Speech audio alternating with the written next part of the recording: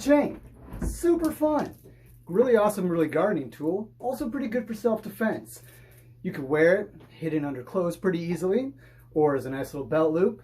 There's a couple things that are important when using the chain. Usually called weighted chain. The real name in Japanese I cannot pronounce, so I'm not going to try. And forgive me for the lighting and my haggard look. It's been Ren Feral past 2 weeks and I've had tons of fun.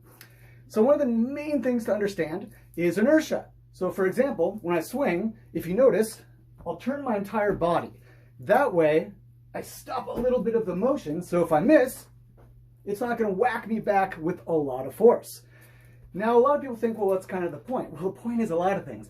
First off, they're really good for taking out bladed weapons. A quick smack to any hand is going to break it.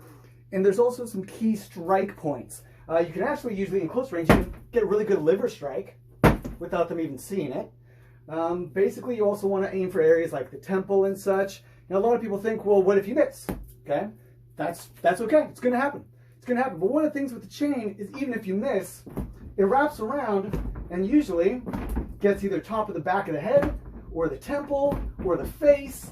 So if they close the gap while you're swinging, they're still most likely going to get pretty screwed. And even if they close the gap, if you notice the way that I'm holding the chain, what I'll do, I like one wrap around, but you don't really need to, because you can always easily drop that to give yourself a little bit more distance. But what you want is to grip that bottom piece right there with your pinky and then wrap your hand around. What this gives me now is a hammer strike.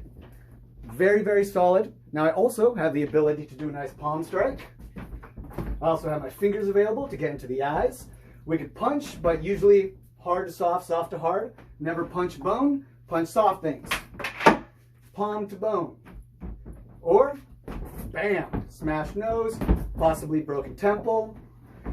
And of course, with the one wraparound, I'm most likely not going to drop it. As you can see, boom, boom, keep conversation. It's good, it's still in my hand. Something behind me, you can smack them pretty easily.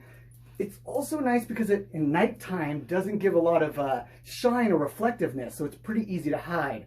You know, you'll see some old videos from the 90s and stuff that I kind of model a lot of mine after because they're funny. And one of the main things you'll see is this choke throw. Now what they're doing is, again, I'm holding the chain like so that even now, my hands are within good reach and we can still have the good strikes. If they come in with a blade or anything, we could usually easily wrap it, but it's dangerous. It looks easier in the movies.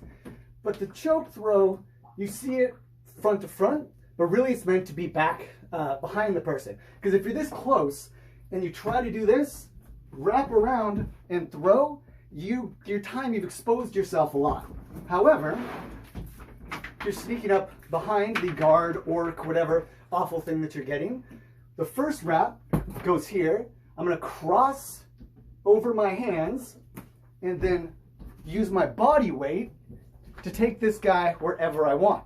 Now I could just choke him out. If you notice what I'm doing too, is I can protect my eyes so that if he tries to lean back, he can't really get me. We could throw him, or since that basically stops the carotid arteries, he's gonna either go to sleep real quick, it's gonna be hard for him to yell for more help. So as you can see, the chain, it's phenomenal. Because even if you like totally whiff it, you can come right back. You can get it close, you can get it far, and it's just a lot of fun. Hopefully you enjoyed this. If you have any questions or any other weapons you want to take a peek at, or if you just want to learn how to be a real ninja, not a fake one, hit me up. Grandmother Gray, have a good day.